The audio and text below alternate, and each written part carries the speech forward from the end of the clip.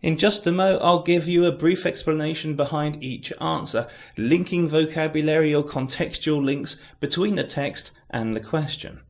I'll be going through the answers quickly, so make sure your course book is open in front of you, and please stop and rewind the video as you need to, and take your time to find the vocabulary and contextual links that I'll be talking about.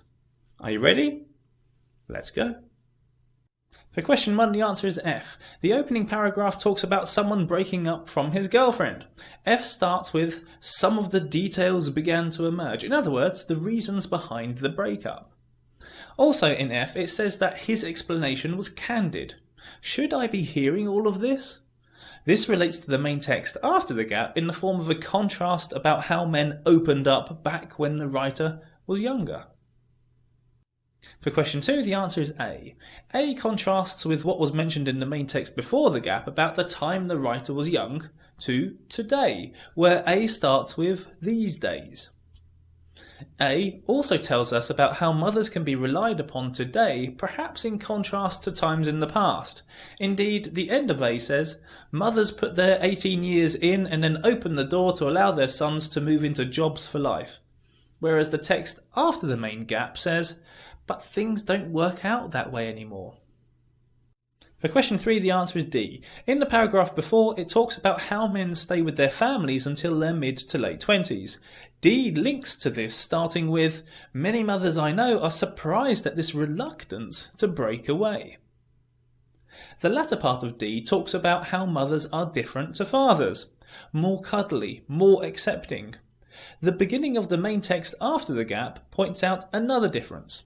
They are also better able to see through the mask of apparent self-confidence. For question 4, the answer is G. In the paragraph before, it described the games the boy played when he was young. G then develops this as it starts with, as he got older. The main text after the gap further shows the development of the boy as it starts with, in his teens. In other words, the next stages of his life. Also, the defences mentioned in G are seen in the form of these same tricks in the main text after G. For question 5, the answer is B. B talks about a situation which draws parallels with what was discussed in the main text before B. B refers to how boys today talk more than generations before. The text after B continues this look at differences between generations by starting with, and there's another important change. For question 6, the answer is E. In E, it talks about the already known or anticipated type of behaviour shown by girls. In the text after E, it talks about the unanticipated behaviour shown by boys.